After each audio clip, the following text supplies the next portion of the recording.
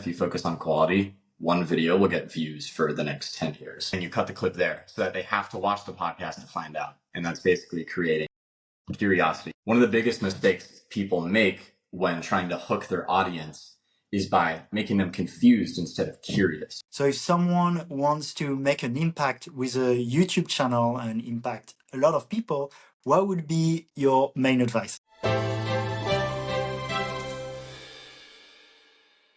Hi, and welcome to this new episode of The Light Leaders. Today, I'm really excited to have Kai Nemzer, who's had 1.2 billion views on YouTube. You've won Alex Hormozzi's school games, and you did that at only 21 years old.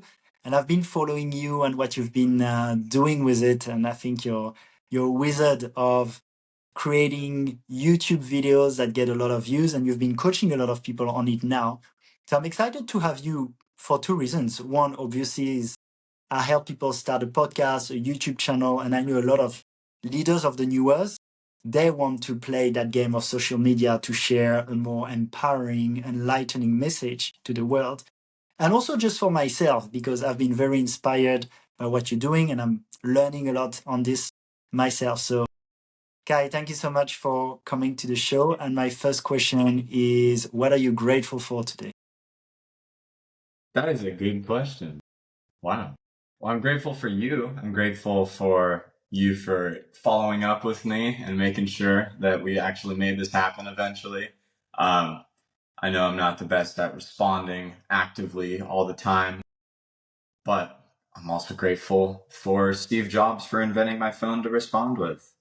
I think something that's super unique about the time right now is the ability to communicate with so many people almost effortlessly. And I was thinking, I do a lot of thinking when I'm awake, about like, how can I actually make the biggest impact in the world? And I think it's truly by like the way to reach the most people is through content.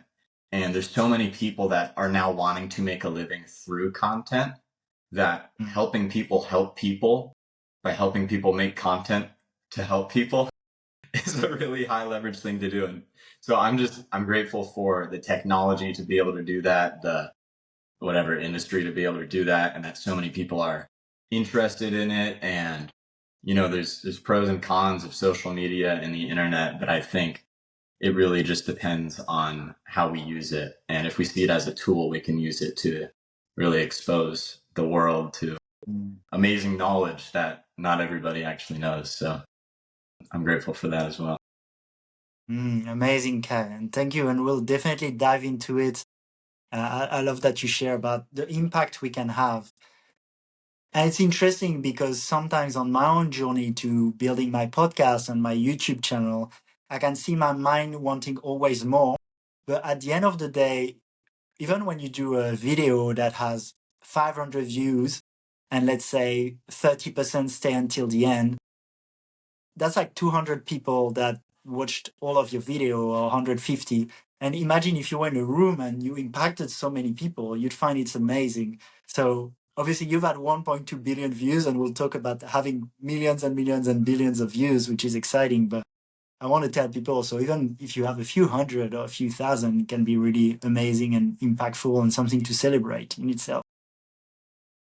Yeah, definitely. A lot of people, when they start social media, tend to get like disheartened because they see like, oh no, I only got 112 views on my first video or 36 views. But like 100 years ago, you want to go around putting flyers everywhere, try to talk to thousands of people. And then if like 50 of them show up for like a talk or something or contact you somehow, that'd be great. Like to have like the actual volume of people at just 50, at just 2 digits or 3 digits is crazy. And so, yeah, huge opportunity on the internet, but I agree. Amazing. So let's get into it. So if someone wants to make an impact with a YouTube channel and impact a lot of people, what would be your main advice? So a little bit unorthodox, but I think the most important thing is actually having the skill of being able to talk fluently and articulate ideas spontaneously on camera, comfortably and authentically. And so the only way to build that skill is by recording videos. And the more videos you record, the better you'll get at that skill. So instead of worrying about, okay, how am I going to get a lot of views and blow this channel or podcast up and go viral, just start getting comfortable on camera first. So what I would tell somebody is record a video for a minimum of 10 minutes every day. You don't have to show anybody the video if you're not comfortable, but bonus points if you post the videos, and just talk about what you're interested in. Throw in some title. Don't care about the thumbnail. Just talk for 10 minutes a day on camera. I think that is the best way for people to get started, because when you tell somebody, well, to make a YouTube channel, you got to script your videos and you got to edit them and you got to do all these fancy tactics and things, like, they end up just not making videos. But if you tell them, like, hey, actually your videos in a few months from now are going to be so good if what you focus on right now is just recording videos. Like, that's it. Just get comfortable recording as many videos as you can. And I think that's where people can gain the most leverage for starting. Yeah, I love that. And then the strategies come later, Mm-hmm. playing with the thumbnail, the title, the hooks, and all this. Mm-hmm. Yeah, exactly. I'm curious also because you've started coaching a lot of people. So do you find people who come to you often want to grow you? Like, do they need more help for the growth of the YouTube channel per se and the tactics, or actually to get better at public speaking and speaking in front of a camera? Yeah, so it's kind of a split, and it also depends on what level they're at. So actually, most people just kind of need to work on the skill. Um, and there's a lot of people that have a decent skill and have recorded a bunch of videos, and now I need to start telling them, like, hey, your titles and thumbnails actually suck, and so let's work on these. This title should be like this, and here are some rules for this. And then at that moment, they can start getting more views, because now they're not so stressed about just recording the video in general. They know how to do that. They're comfortable, they're confident. Now they can start working on the tactics to actually get more people to click and watch the videos. But yeah, a lot of people come to me and they're like, so I heard that if you use the right keywords and tags in the video description that you'll get more views. And I didn't know that. So should I be doing that? Like, no, just make videos you haven't uploaded in the last 3 months. Like, what are you doing? Yeah. And that's how you end up having people like William Brown that I've had on this podcast earlier that just do a video every week of him speaking without a thumbnail. And because he speaks really well and gives a lot of value, it ends up doing really well. Exactly. And he also positions himself in a cool place, because, I mean, his videos are great and valuable, but people only watch them because they know he's made $25-30 million online. If he was like, how to do business, and he was making the same videos, but he didn't have that proof, nobody would care. But yeah, he's just showing up consistently, and he is who he is. So people trust him, people watch him, and he has really good titles. Yes. Yeah. Yeah, that's what I told him in the interview because he was very like, oh, it's so simple, you do that. But I'm like, well, you also have a bit of a track record that probably helps. Yeah. Actually, it's interesting also what you share about like being comfortable on camera because I have a podcast mainly. I started like this. I'm coaching people on starting a podcast. And I do find actually it's a great hack to get better at public speaking and starting a YouTube channel and be comfortable on camera because in general, I find with my clients and with myself, it's easier actually to have a conversation than pressing record and talking to a camera. I think it's something just more natural. And I find for a lot of people, it can be easier to start to do conversations and interviews. Definitely. Yeah, I think that's a good starting point.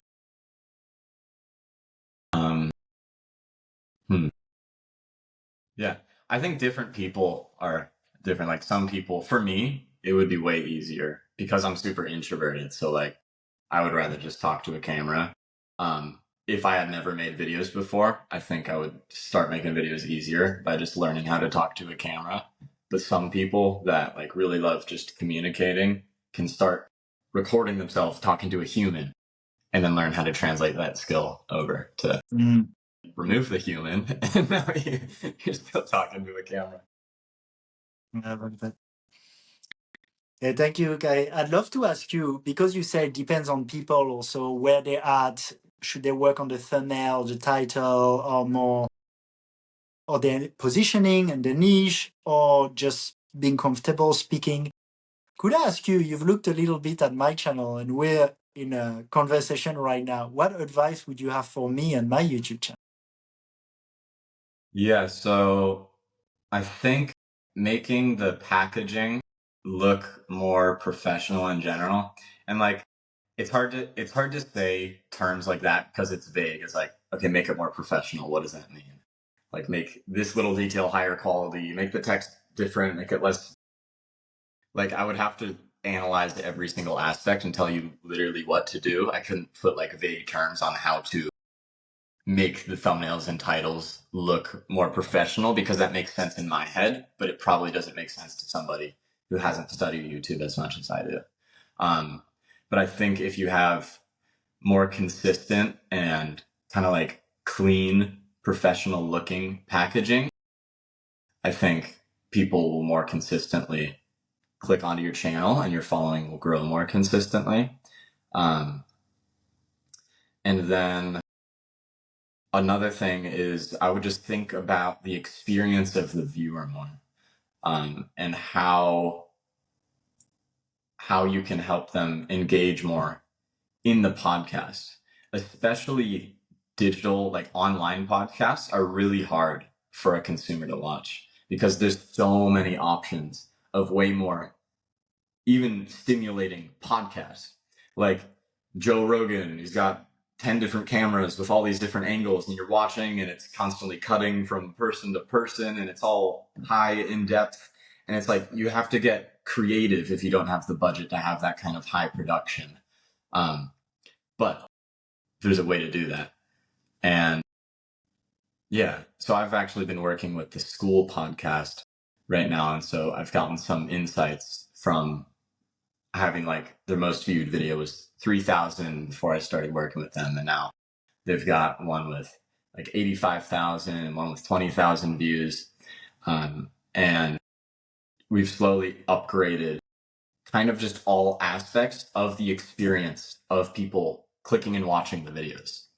Because that's generally what it is. Like, instead of thinking about like, oh, how can I retain this person? What's the little tricky tactics to do this? Just think about like, how can I get a human to have a great experience and expect a great experience from this podcast? In terms of the thumbnail and title, you want to set a great expectation, make them feel like, oh, this is a podcast I'm going to like watching, so that the moment they click on it, they already expect to watch the whole thing. They're already invested. And then the intro makes them even more invested. And then the rest of the podcast is entertaining, full of value. But you can kind of relax there because at the point where you kind of win with the title, thumbnail, and intro. And at that point, if you just have a good conversation, the viewer will spend the time with you. But we've found that we're just slowly upgrading the quality of the production, the packaging quality, the intro quality, and we're constantly experimenting with what works and taking data from like, okay, this intro kind of sucked, the retention's down, this intro actually worked. And so it's less about like, do this to blow up. It's more like try a million different things and constantly improve in all areas of making the experience great for the viewer. So that's the real answer. It's a bad answer because I'm not like, so yeah, this is how you're gonna blow up your channel specifically, but all channels are basically do that. Was that a good answer, or do you want something more specific? I like that it's nuanced. Actually, on the internet, sometimes the advice lacks nuance, and you can see there are some YouTube channels doing really well with more simple methods, and some with more like exciting thumbnails and titles. So I like your answer, and I like that you go into the different aspects. So basically, you can look into, okay, click through and did people click? So that's the thumbnail and the title, and then retention. So that might be the beginning of the video, and you can play with with understanding also like, okay, where do people drop? But that's more for bigger channels also. I like what you say about at the beginning is like, okay, just do quality content and get better at public speaking and being consistent also, right? Mhm. Do you recommend posting like weekly or a certain frequency? Weekly seems to be the best for all channels. Um, some kind of content will perform better if you do daily, but mostly it's hard to, mostly like when you increase quantity, it sacrifices quality, and you want to find the right balance where you're posting consistently, but still having the best quality content possible, because that's where you're going to win long term and short term. Quality will always win on YouTube. And so if making one video a month is going to be 10% better quality than making 4 videos per month that are 10% worse quality, it's better to actually do just the 10% better.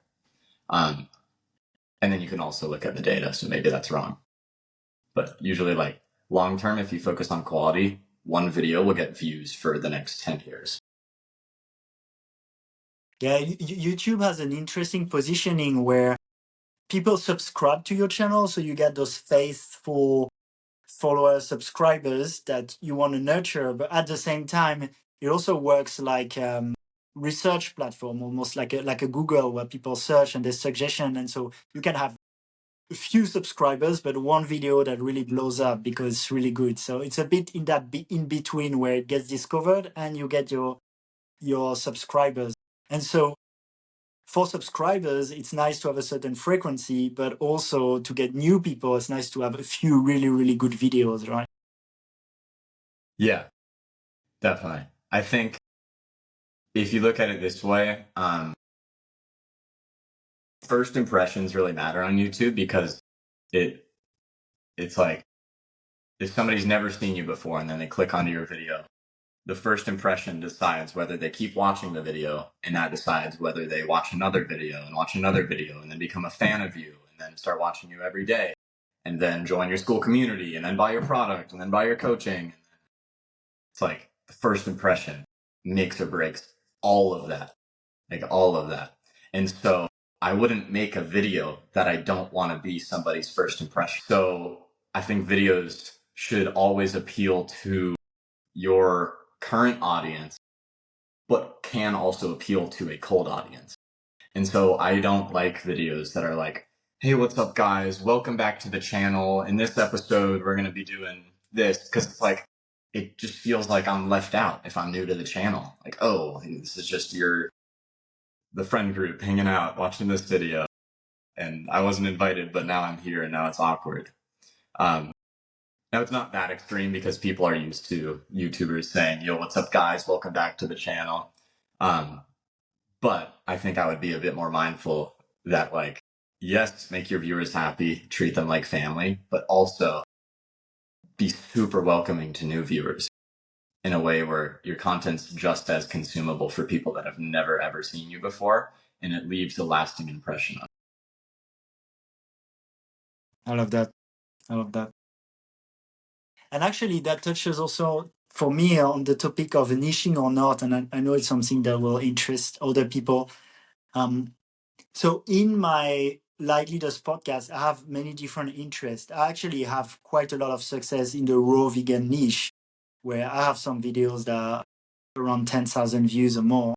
And then I know when I do a video on a different topic, probably like this one, it gets more a few hundred views.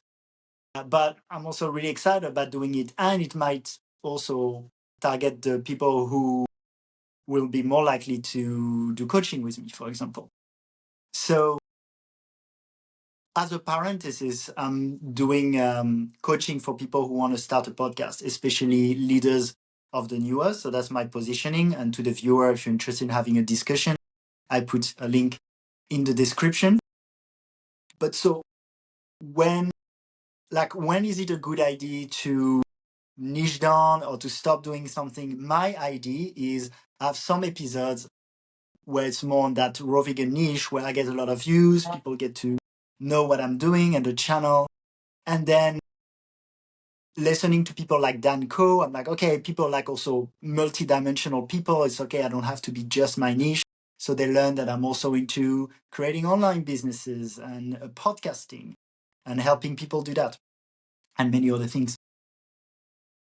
Like, how do you feel about having different videos with different purpose? Basically, I'm like, oh, this video gets a lot of views, brings people. This video gets people to go deeper into what I'm doing. It probably won't attract a lot of new people, but I might take with me some of my usual viewers on a deeper path. How do you feel about that? I've been thinking about this a lot recently, actually, because I want to grow my own channel, and well, obviously I have a channel, but my new channel. And you have people over here telling you to niche down. You have to niche down. The riches are in the niches, and the further you niche down, the richer you'll be. And just I help this person solve this problem. That is you. Do that forever. And then there's these people over here, basically Dan Coe, saying, no, you are the niche. Talk about your interest, solve your own problems, and sell the solution. And there's problems with both sides. And I think it just depends on what person you are and the kind of things you want for your life. So for me, if I niche down and become, say, the YouTube thumbnail guy, where the problem I solve is I help creators or entrepreneurs make clickable thumbnails and titles. That's it. I improve their packaging. Now that's a problem that needs to be solved. That's a niche. It's in demand. I'm good at it. I can do it. But I would feel like a complete robot. And I would feel like a total empty void. Like, okay, this is what I'm doing. I am the thumbnail guy. Like, come on. I'm not the fucking thumbnail guy. Like it feels meaningless, even if I'm helping people genuinely get a bunch of views, make a bigger impact. That's great, but I'm not the thumbnail guy. I'm a lot more than that. And so maybe I'm wrong for having that perspective of like, I can't be one thing. And I see it as like almost like mechanical. Like I don't want to be like a robot, just like I make thumbnails every day. This is what I do. This is the problem I'm solving. I would rather talk about 10 different things that I'm super interested in and have it all come together to serve a certain kind of person that I like connecting with and get to help them go from point A to point B and whatever that is. And now that's harder and that's less predictable because like the easiest way to make money online is look at what works. Okay, this works. Now create an offer for that and do it faster or make it cheaper or make it more expensive or whatever. Like you're going to make money if you do something that works. But the problem with that is if that's not aligned with who you are, then you're not going to be able to do it for very long. So you're either going to burn out quick or never be able to lock down and focus and make no progress and keep bouncing around from one niche to the other to this one's too hard and I'm not interested in it. Now I got a niche down over here. Now I got a niche down over here. And instead of just, okay, this might take longer to build. This isn't a very, very specific niche, but I'm interested in it. And I could genuinely see myself doing this for 10, 20 years, 30 years. And by then, I'm basically Joe Rogan, so it doesn't matter what my niche is.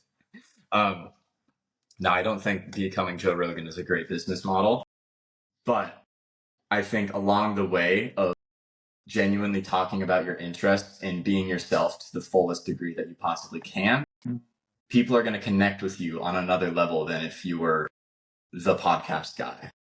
I help people start podcasts instead of like, I help light leaders start podcasts. I help people who want to build a purposeful business start a purposeful podcast where they do this specific kind of thing and it focuses on authenticity and connection and love instead of something else.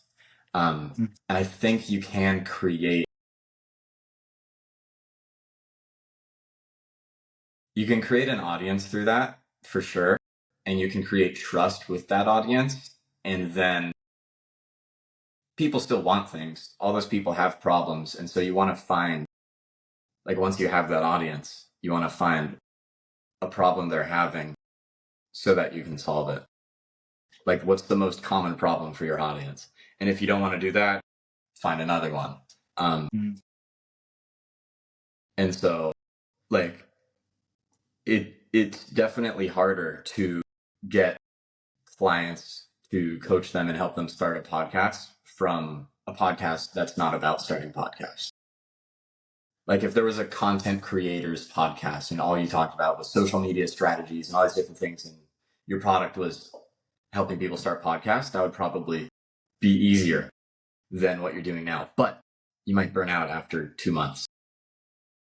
Whereas what you're doing now, talking with people you like talking to, connecting with people, I think you win it long term in the game of like longevity. I think that matters a lot more. Yeah, I love that. Thank you. And actually, to give some background on you, right? You've been in kind of almost an extreme scenario where you did all these views on something more like gaming, which is very, very different audience than the people you're coaching now and starting a YouTube channel. So I guess for you, the difference was so big. It was like, okay, I definitely need to start a new YouTube channel, right? But in some cases, it's not so clear. So sometimes I ended up, oh, I want to do 2 channels. I'm like, actually, there's too much overlap, and it's not working. What I've been thinking of doing is keeping the light leaders as more of a podcast with the objective of getting it to grow more and really just interview the people I want to interview more separately from the business, and then have a podcast, another channel that is really more directly around growing your podcast. I'm still pondering on it, but yeah, that's an idea I have around it. I think that could be a good idea for sure. And then you could have a free school community where you help people start podcasts, but make YouTube videos to help your members in the free community so that you can support your members while also gaining new followers through YouTube. Yeah. No, I like that. I like that. I was actually thinking of doing like a new podcast and interviewing people who want to start a podcast and all this. So it's like brewing there, but yeah, Very it's always risky. a balance, because I also don't want to start too many things. I've had sometimes where Yeah. I start a new YouTube channel, a new Instagram for that brand, and then actually you divert your energy too much. Yeah, those things usually don't work out. Sometimes they do, but I definitely wouldn't have 2 YouTube channels. Interesting. But you have, I mean, you have two, like you transition from one to the new one. Mm-hmm. Yeah. I mean, I have like 4 YouTube channels, but I would never work on 2, like try to go all in on 2 different ones unless they were somehow fully supporting each other. Yeah. Okay. I hear you. Thank you so much, Kai. We're gonna go towards more the end of our episode now, but that was already really packed with value. So thank you so much, brother. I'd love to ask you. I like to make it a little bit inception. Like right now, we're in a podcast. We're creating a YouTube video. What would be your advice for this video and this podcast to do well? Mm-hmm.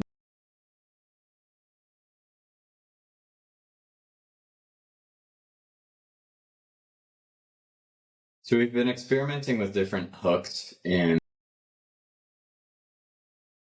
school podcast, and we've basically found that intros do work. And so for this podcast to work, definitely good title and thumbnail. Yeah, I would have to brainstorm on that. We can do that if you want. But having an intro where it's like kind of quickly introduces the guest and then talks about what we're going to cover in this.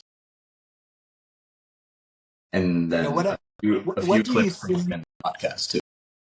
What do you think? So what I'm doing usually with my podcast is I take a few clips, like 30 seconds of clips that talk roughly about what the podcast will be about, but it makes it dynamic in the like a teaser, basically. Do you like this kind of intro? It depends what the clips are. So a lot of people choose the wrong clips and don't cut the clips at the right time, or don't have the right background music, or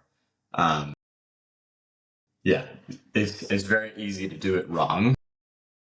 What you basically want to do is put clips in that, one, make people look like they're going to have a make people expect that they're going to have a good time in the podcast. So it could be a clip of like you and I saying something, and then we both start cracking up, and it's really funny. And then another clip where you're asking me, so if somebody wanted to blow up a YouTube channel from 0 to 1 million subscribers, what's the first thing you would tell them to do? And then I would say, the first thing I would tell them to do is to, and then you cut the clip there so that they have to watch the podcast to find out. And that's basically creating curiosity. So if you ask, yeah, it's basically like asking me questions that they want the answer to, or telling them what they're going to learn in the podcast, and then showing clips proving that like we're about to talk about that, but not giving them everything. Mm. And so it's kind of like leading them with like the golden carrot. Do people say that? Is it golden carrot? I don't know. I don't know if people say that, but yeah, giving them something to want and then not giving it to Mm. Yeah, I've seen Derry of a CEO do a lot of that. It's like 30 seconds of the one thing you need to do is. them. I have some resistance to it, I'll be honest. Uh-huh. And you just don't want to do too much of that, because like you want to think about also, would I enjoy this podcast? Like if I clicked on this podcast and then it was this intro, would I click off? Like, is this too much? Is it too stimulating? Is there too many things popping up on the screen? Is it like, all right, I've seen this thing a million times. They're just playing clips and then cutting them off. Like, this is stupid. They're just using these stupid tactics. You want to really think about the experience somebody's going to have. And so is it annoying or is it interesting? And are they really getting excited and curious more than confused? Because that's another big mistake a lot of people make.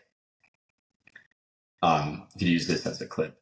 One of the biggest mistakes people make when trying to hook their audience is by making them confused instead of curious. So they'll say something that doesn't really make sense, trying to get people to be like, oh, what does that mean? Or what is he going to say? But really, they're just saying it just doesn't make any sense at all and confuses somebody instead of making them want to know what it was. And people will click off at confusion always. Yeah, I love that. And, going back to what you shared about authenticity also, it's like, well, also the type of content you're going to do, you're going to attract the right audience for you, right? So, for example, with my audience, there's part of the marketing game that I want to use, and there's part of the old paradigm game that I just don't want to play. And if that means I get less views, but I get the views from the right people, it's fine. By the way, even just some of the terms, like for example, a hook is it's funny. It just sounds like hooking a fish. I don't like this term, but but anyway, it's like always finding the balance. I feel of like, okay, what's gonna create curiosity and is still smart, but at the same time understanding that, well, maybe I'll miss out on the people that have very low attention span and that need all this animation. But you know what? Maybe it's fine. Maybe I want those people that are going to want more chill video and more calm and are gonna stay for longer. So I mean that ties to a whole different conversation we'll want to have now between like chasing views and wanting a lot of views or just wanting the right audience, the right people. And then for me and for usually the clients I have, we definitely generally prefer having a few hundred views from the right people that are like true fans and love you than chasing tens of hundreds of thousands from like random clickbaity stuff. Mm-hmm. Yeah. And another thing a lot of YouTubers miss is that they should talk with their audience. And so the community tab is there to be used. And you can literally ask them, hey, do you guys prefer like super edited intros that are exciting? Or do you guys prefer like a few clips of the podcast? Or do you just want it to start? And they'll tell you. And then you can also get them in a school community, chat with them live, and just talk with them. Be like, do you guys genuinely like this? Like, does it make you want to watch the podcast more or not? And another thing about that is the people that are engaging the most, especially like if you're talking to your audience that joined your school community, those are like the people you want to attract to your audience. And so it'd be great to appeal to those kind of people. So asking them what they want is great. Now, when it gets into like when hundreds of people are seeing your community posts, you want to make sure what they're saying doesn't contradict the data, because sometimes people don't really know what they want. Like they might just say like, well, duh, just start the podcast. I don't want to see an intro. But then you look, and every podcast that you have an intro in has like higher retention. And so it's like, okay, yeah, sure, you don't want it. Okay. Thank you so much. I know you're about to go and see some elephants there in Thailand, so we'll go towards the end. But that was super insightful. I loved it. I learned a lot. I know our viewers love it too. And yeah, you do much more. You have your school community also, and that could be a whole episode. I'll drop the link in the description to a YouTube channel and your school community. That's very good too. I'm part of it. So thank you so much for doing all this. Is there anything else you'd like to share before we finish this episode? If somebody's wanting to start a YouTube channel, but you're procrastinating or you think now is not the right time, now is the right time. Get off this video. Well, first like and then subscribe, and then get off this video and record. Record your first video ever, or record your second video. And just, if you do it right now, I promise you're going to 10 times your chance of actually finding success on YouTube than if you say, oh, I'll wait for a right time. Right now, actually, is the best Love time. it. Love it. Beat the perfectionism and the procrastination. It's disconnected. All right, we're back. Thank you so much, Brother Kai. Yeah, have a beautiful rest of your day. And everyone, thank you so much for listening, and listen to Kai. Like, subscribe, share. I don't know if that works. It definitely works. Definitely works. Trust me. Thank you so much for having me on, Alex. You were asking really good questions. I enjoyed it. Thank you. Have a blessed day.